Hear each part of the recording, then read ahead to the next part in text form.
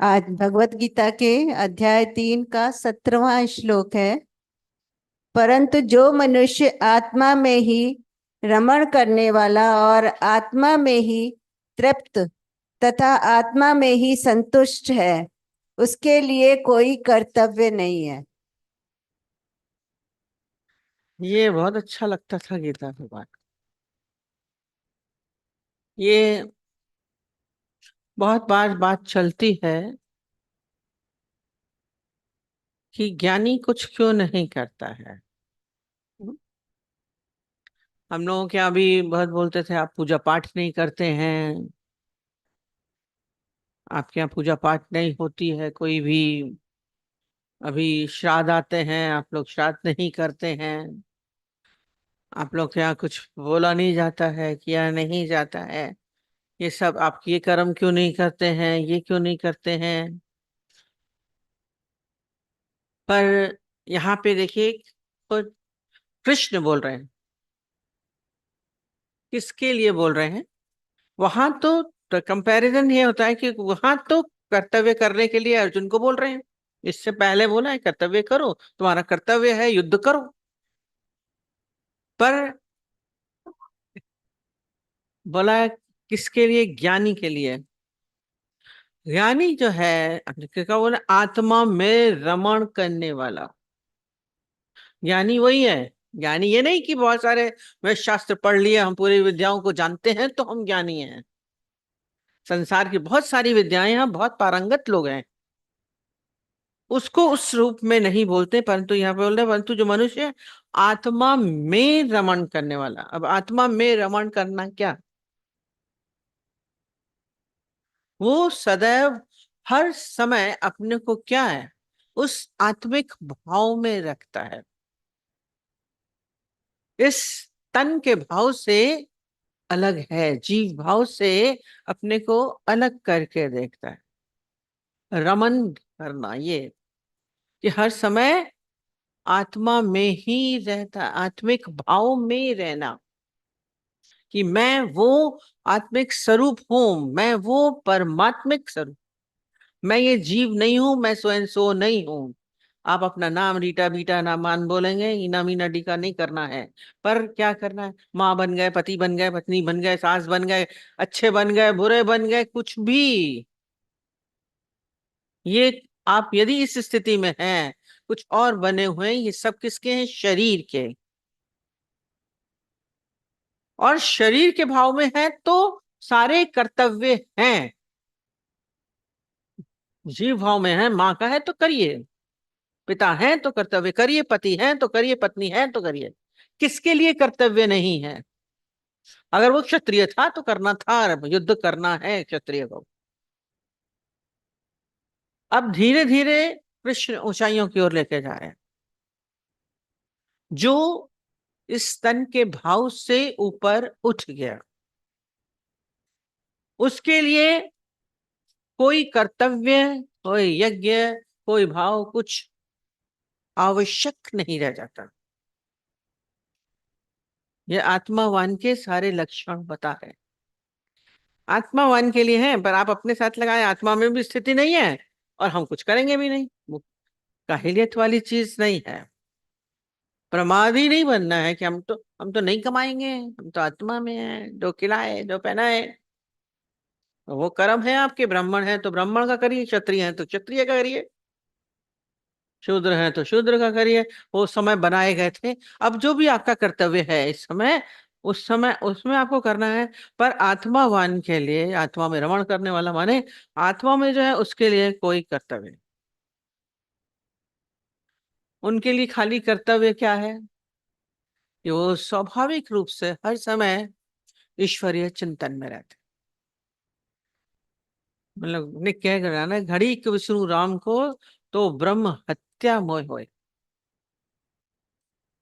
ये घड़ी एक विष्णु राम को तो ब्रह्म हत्या मोह होए, ये स्थिति होती है हर समय।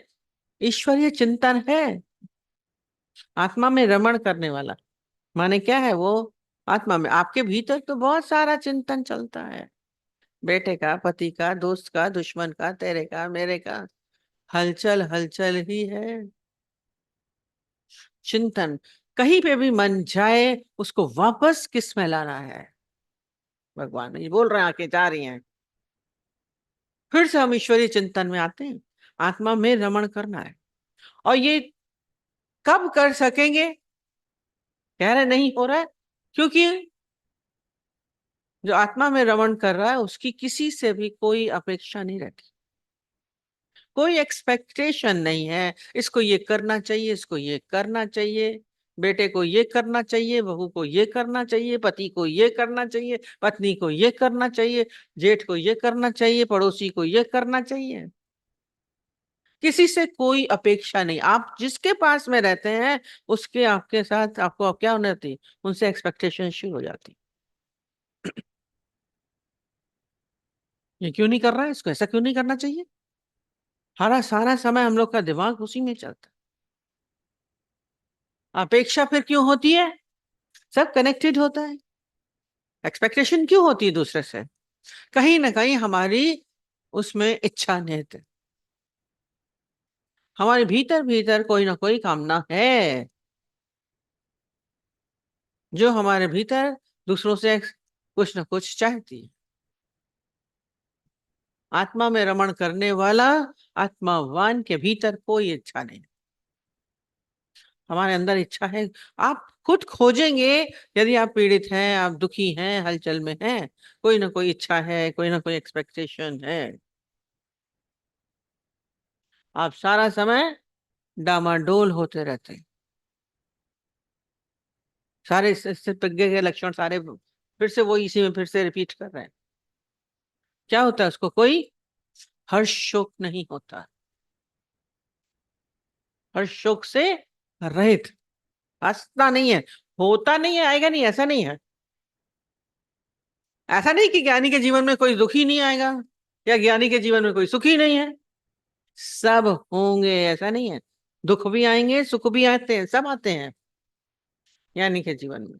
पर क्या होता है? भासता नहीं, हर्ष शोक व्यापे नहीं, उसको नहीं लगता है। हमारे को तो सब सुख में तो नाचेंगे, बैंड बाजे, शादी हो रही है तो नाच रहे हैं बैंड बजा के। दुख में आंसू बहाएंगे बैठ के, चटाई बिछा के शोक मना रहे हैं, शोक सभा हो रही है। पर यानी क्या, दोनों अवस्थाओं में एक रस रहना, उसके अंदर कोई परिवर्तन नहीं आते। ये आत्मावान के गुण हैं। आत्मावान वो आत्मा में ही तृप्त और आत्मा में ही संतुष्ट रहता है। तो उसको क्या इच्छा होगी जो आत्मा में संतुष्ट है आपके भीतर संतुष्टि। कह सकते हैं कि मिल गया जो था, कि मिलना काम क्या बाकी था।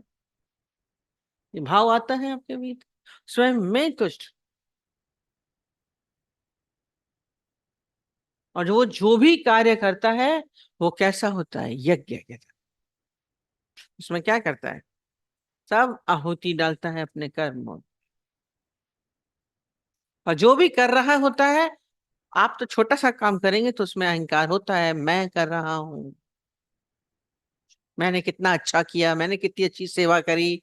हमने उस दिन भी बोला खाली बच्चों को पालते हैं, तो मैंने तुमको पाला, मैंने तुम्हें पढ़ाया। बच्चे दुखी हो जाते हैं, मुझे सारा समय माँ बोलती है मैंने तुम्हें इतना पढ़ाया, पढ़ा लिखा के इतना बड़ा किया, अब तुम मेरे साथ ऐसा कर रहे हो। नहीं, यानी के अंदर कोई अहंकार नहीं होता। क्योंकि क्यों नहीं रहता है?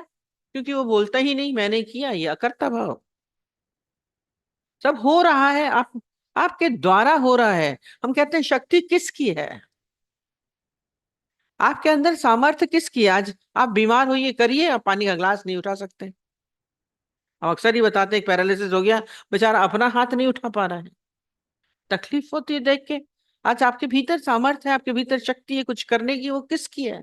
क्यों बोलते हैं मैं कर रहा हूं? मैं इतना पढ़ा लिखा, मैंने बच्चों को पढ़ाया, मैंने कमाया, मैं इतना धनी, मैं इतनी मेहनत करता हूँ। कोई भी कर्म ज्ञानी नहीं बोलता है कि मैंने किया। ये भाव भीतर लेके आना है, तब आप आत्मावान हैं। अहंकार नहीं होता है।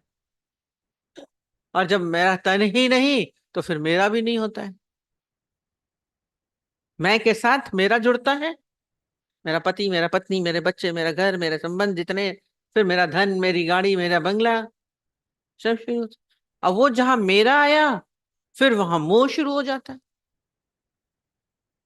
जब आप आत्मिक भाव में हैं तो आप तो कुछ नहीं, फिर मोह भी नहीं रहेगा आपके भीतर। कुछ है, पूछिए अपने आप से, मोह है? फिर कोई चिंता भी नहीं होगी। कितनी सब चीजें अपने साथ आती जाएंगी, मोह भी नहीं है।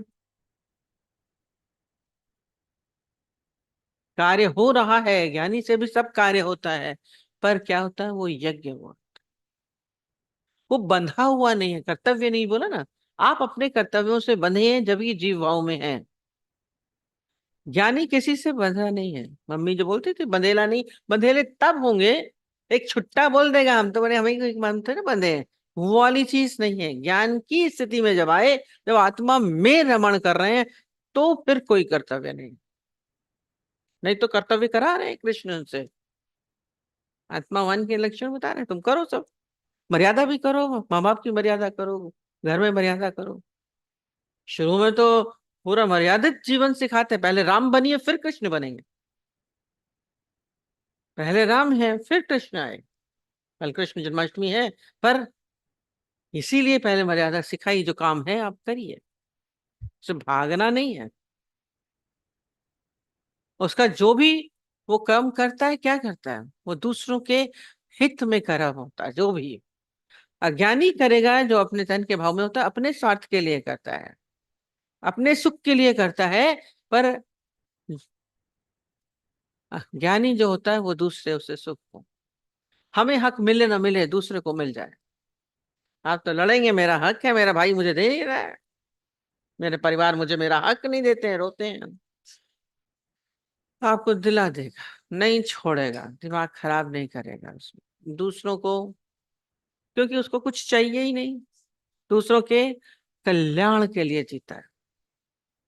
हमारा सारा जीवन दूसरों के हित में, दूसरों के कल्याण में बीते, ऐसा भाव रहे सारा सब।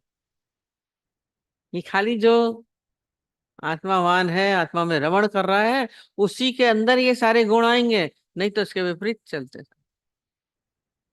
अंदर में हलचल रहती है। तो उसका जो भी कर्तव्य है वो यज्ञ हो जाता है, जो भी कर्म है वो यज्ञ हो जाता है। अपने आप में अंदर इस बात को भीतर से जानिए। लास्ट में क्या लिख रहे हैं, और आत्मा में तृप्त तथा आत्मा में ही संतुष्ट हो, उसके लिए कोई कर्तव्य नहीं है। क्योंकि जब आप आत्मिक भाव में हैं, तो वो आनंद इसी ऊंची अवस्था में आते हैं कि करे चाहे नहीं करे, कोई फर्क नहीं पड़ता। आप नहीं करेंगे तो फर्क पड़ेगा, आपको बाहर से नहीं पड़ेगा तो भीतर पड़ेगा। काश मैं ये कर लेता, काश मैं ये कर लेता। हम अस्करी बताते हैं, एक ने नौकरी नहीं करी, ज्ञान में है, नौकरी नहीं करी, पर उसको जब थोड़े दिन के बाद लगा, तो फिर बोले लगे, करते तो इतना कमा लेते हम। फर्क पड़ने लगा ना, फर्क पड़ने लगा माने करने न करने में कोई फर्क नहीं होता है। पर यदि आपको फर्क पड़ रहा है, तो आप आत्मावान नहीं है, वो स्थिति नहीं है आपकी, गहरी है। या जो पूजा पाठ कर रहे हैं, व्रत उपवास कर रहे हैं, नहीं करेंगे तो मुश्किल होगा, करेंगे तो मुश्किल, उनका कोई प्रभाव नहीं पड़ता है, अच्छा हो बुरा हो, क्योंकि वो उनका जीवन दूसरों के हित में जाता है। दूसरों को कैसे संतुष्टि मिले, दूसरे कैसे प्रसन्न हो, उसके लिए उनके अगर पूजा पाठ में विघ्न भी आता है तो भी कोई दिक्कत नहीं होती। एक दृष्टांत चलता था, कहते हैं एक मुसलमान लोग हज करने के लिए जा रहे थे, वक्त लगता था, तो उन्होंने उसके लिए सौदा किया था, जब तक वो पूरा नहीं होगा तब तक 40 रोजे रखेंगे। ये लोग 40 रोजे रखते हैं, 40 रोजे रखेंगे। अब वो हज के लिए चलते चलते काफी दूर तक पहुंच गए थे, 20 रोजे हो चुके थे। अब उसमें बहुत सारे लोग थे उसमें, उसमें एक सूफी संत भी थे, हज के लिए जा रहे थे। बहुत संत लोग तो होते हैं, सूफी फकीर, वो भी जा रहे थे। तो रास्ते में उस सूफी संत के भक्त, एक शिष्य, उनका घर पड़ता था। जब उनको पता चला, अरे वो आ रहे हैं, मेरे गुरु हैं, मेरे पीर हैं, वो आ रहे हैं, वो तो बैठ गया रास्ते में जाकर के जहां से वो जा रहे थे। और जैसे ही उनका काफिला वहां से निकला, तो एकदम से वो उनके चरणों में गिर गया और बोला कि आप इतने वर्षों बाद मेरे से मिले हैं, मेरा आपके दर्शन की बहुत अभिलाषा थी और मैं आपकी बहुत सेवा करना चाहता था, और आप तो यहाँ से बिल्कुल नहीं जाएंगे, आपको मेरे घर चलना पड़ेगा, और मेरे घर चल के आप भोजन ग्रहण करिए। सब देख रहे थे उसको, इनको देख रहे थे। तो सबने बोला ये मना कर देंगे शायद, अब तो हम लोग तो हज के लिए भी जा रहे हैं और प्लस रोजे भी हैं, भोजन क्या ग्रहण करेंगे। पर वो इतने आनंद से बोला, तुम मेरा इतना इंतजार कर रहे थे, मेरे प्रेम में इतनी याद में थे। कहते मैंने तो भोजन भी बना के रखा, अब चलिए। कहते चलो चलता हूँ। अब वो उनके घर गया, इसने मेरा इंतजार किया है, मेरे लिए भोजन बना के रखा है। गरीब था, उसके अपने हिसाब से पकवान बनाए थे। बोले इसका नहीं खाएंगे, इतना सब इसका नुकसान भी हो जाएगा, और इतना प्रेम है। और बैठ गया मजे से खाने के लिए, और खा लिया भोजन। और सारे बाकी तो नेचुरली उनको लेके जाना था, बैठे देख रहे थे। वो खा पी के बाहर आए, सारे के सारे उनके पीछे पड़ गए। आपके तो सारे 20 रोजे बेकार हो गए, इतने सारे रखे थे, बाकी 20 ही तो बचे थे, आधे तो खराब हो गए आपके, आधे थे ये, आधे के पूरे पूरे खराब हो गए। अब क्या करेंगे आप, आपने क्यों खा लिया। एक साधारण सा व्यक्ति बड़ा आपके लिए बोला खा लो खा लो, बोलो खा लिया आपने। बोला हमारे लिए ये हज और ये जरूरी थोड़ी ना है व्रत, मैं कर रहा हूं तो कर रहा हूँ, तुम लोगों ने कहा कर लो तो कर लिया, करने न करने में कोई बात, मेरे को कोई फर्क नहीं पड़ रहा है। आज मैं यदि इसका खाए बिना चला जाता, इसने देखिए तैयारी करके रखी थी, ये कितना दुखी होता, कितना इसको तकलीफ होती, इसके प्रेम को मैं ठुकराता। ये मेरे लिए, मेरे को उचित नहीं लगा, और मैं, आवश्यक नहीं है कि मैं हज पे जाऊं, मेरा हज तो यही हो गया, मुझे जरूरत नहीं है। मेरे रोजे खराब हुए, मेरे को नहीं लगता। बड़ा रोजा हो गया, खा के भी रोजा हो गया, प्रसन्नता हुई, एक बंदा हमसे प्रसन्न हुआ, हमसे खुश हुआ, इससे अच्छी बात और क्या होगी। इसलिए बोला इनके लिए कोई कर्तव्य नहीं, आत्मा में संतुष्ट, उसके लिए कोई कर्तव्य नहीं है। पर सीधा सीधा बोल रहा है, अर्जुन तू अभी उस जगह पहुंचा नहीं है। ये आत्मावान के गुण है, अगर तू उस जगह पहुंच जाएगा तो मैं तुझे नहीं कहूंगा तू कर या नहीं कर। ये स्थिति अगर तेरी है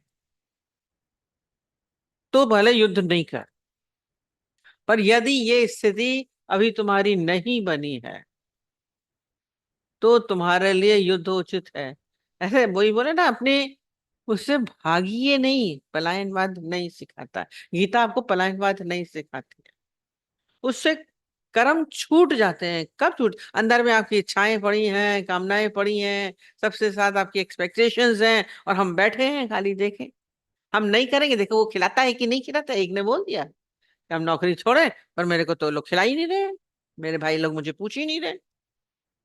तो खुद कमाओ, जाके खुद खाओ, क्यों बैठी हो भाई भाभी के ऊपर बैठ के।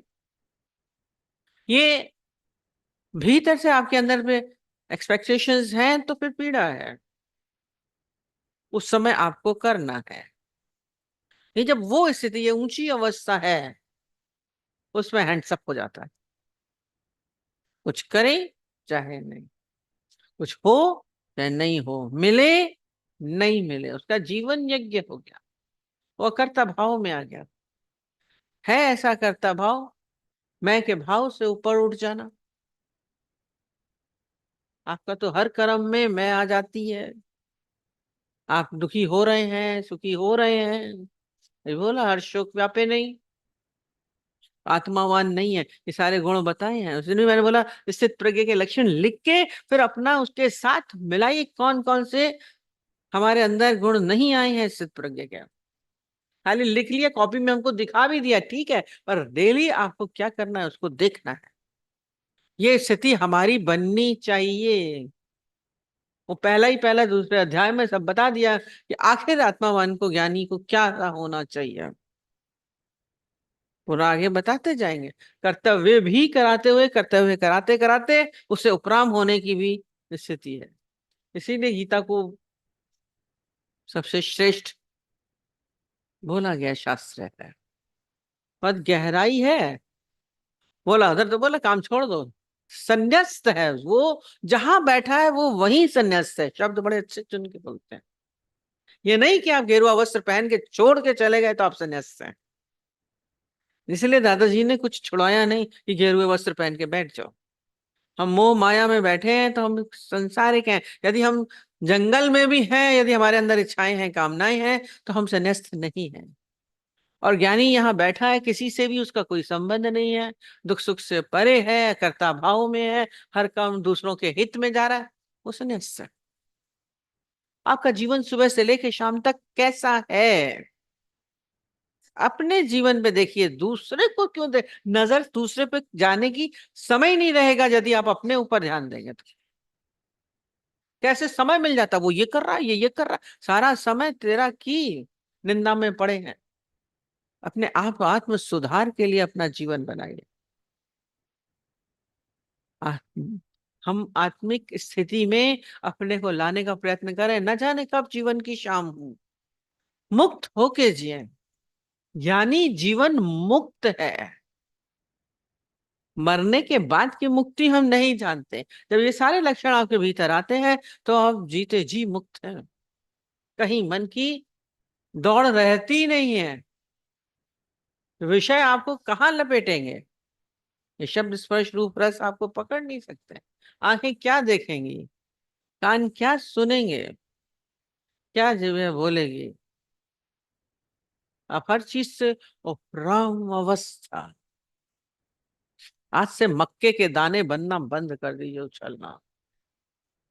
ये तवे पे बैठना बंद करिए। हमने सुना, हमें बहुत मजा आ रही थी, हमें बताएंगे।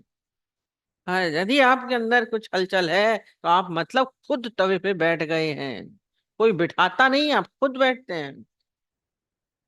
मक्के के दानों को तो कोई दूसरा डालता है, आप तो खुद ही बैठ गए, उछल रहे हैं। गरम तवे पे क्या हालत होगी। यही हालत है सबकी बनी हुई। मोह में उछल रहे हैं, क्रोध में उछल रहे हैं, लोभ में उछल रहे हैं। जीवन को शांत रखिए। अगर तवे पे नहीं है तो नहीं उछलेगा।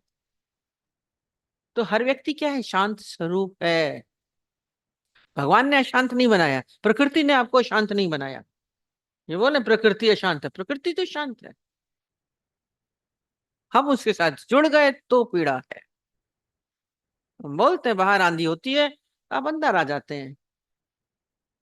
आंखें बंद कर लेते हैं ना, आंखें खोलेंगे सारी मिट्टी आपके भीतर जाएगी। सारे नहीं। आंधी आती जल्दी से कोई कोना ढूंढते हैं, अंदर जाए, भागे। और आप लोग तो आंधी की थपेड़ों में डोलेंगे बैठ के, फिर गिरते पड़ते रहते हैं, गंदगी लगती है, मिट्टी लगती है, फिर होती है। यानी उससे अपने को बचाता है, वो भीतर चले जाओ। अभी बोल रहे हैं, भीतर है तो शांत है, अभी खुद ही बोल रहे हैं। फिर बाहर आने का प्रयत्न मत करिएगा। सारा समय क्या नहीं बोलता था, भीतर जाओ, भीतर जाओ, भीतर जाओ। आनंद भी ले लिया, अभी बता रही थी। आनंद लिया है तो उस आनंद को बना के रखिए ना। भीतर तो कोई हलचल नहीं है, हलचल सब बाहर की होती है। शोर सब बाहर का है। साउंड प्रूफ हो जाइए। कोई आवाज जाती नहीं है। होती तो है बाहर पर, भीतर नहीं होती है। कॉन्फ्रेंस रूम सारे साउंड प्रूफ होते थे हमारे तो। बाहर का शोर कुछ सुनाई नहीं पड़ता। आपकी कॉन्फ्रेंस केवल परमात्मा से जुड़ी रहे, उसी से ही वार्तालाप होती रहे, और कुछ नहीं हो। हम लोग तो शोर में जीते हैं, हलचल में है। ये जो ध्यान तप सब करवाते हैं वो भीतर जाने के लिए। वो ना कितना अच्छा, बैठिए तो कॉस्मिक साउंड सुनाई पड़ेगा, कभी कोशिश ही नहीं की। और यदि कोई सारे साउंड बंद कर, एक तो सुनाई पड़ता है, एक कहने लगा एक तो सुनाई पड़ रहा था, तो एक सुनाई पड़ रहा, एक में कंसंट्रेट कर लीजिए, उसमें भी आनंद आएगा। वो चिड़िया बोल रही थी, सारा समय चिड़िया में ध्यान जा रहा था, पानी की बूंद टपक रही थी, एक बोली तो उसकी बूंद में हमारी आवाज जा रही थी, उसी में ही कंसंट्रेट कर लीजिए, एक ही जगह कर लीजिए। कभी उसका आनंद नहीं लेते हैं आप लोग। शोर में जीने का स्वभाव है, बाहर भी शोर भीतर भी शोर। आत्मावान बनिए, बहुत शक्ति आएगी जब शांत अवस्था करें। खाली आप सोते हैं तो कितना शांत होता। आप लोग तो जाके टीवी ऑन कर देंगे, मोबाइल भी ऑन कर देंगे, गाने भी चला दे रहे हैं, रेडियो भी चल रहा है, गाड़ी में बैठेंगे भी तो रेडियो चलाओ। क्यों? क्योंकि एकाग्रता नहीं है। क्योंकि चलाते समय क्या होगा, दिमाग इधर उधर जाएगा। म्यूजिक सुने, म्यूजिक भी सुनते रहते हैं, फोन भी करते रहते हैं, हम तो कहते गाड़ी भी चला रहे हो, कहाँ जाएगा? मेरे को तो डर लगता है उनके साथ बैठ, जाएंगे गड्ढे में एक्सीडेंट। एकाग्र होइए, शांत होइए, एक जगह अपने को स्थित करिए, बहुत चैन आता है। बहुत शक्तिशाली होंगे, बहुत पावर आपके, अपने सारे पावर्स को इकट्ठा करिए। बहुत शक्तियां दी हैं आपने, आपको ऊपर प्रकृति ने, परमात्मा की तरफ से। आप बहुत शक्तिशाली हैं। ज्ञानी को बोलते हैं क्यों इतनी सारी उनके अंदर शक्तियां हैं, क्योंकि वो संग्रहित करता है, वेस्ट नहीं करता है। उसके इसलिए बोलते हैं, आपका बोलने में भी आपका, आप जो बोलते हैं हो जाता है, जो सोचते हैं हो जाता है। ये सब विभूतियां आती हैं क्यों? जब पहले यम नियम आसन तप किया तब, पहले विभूतियां नहीं आई।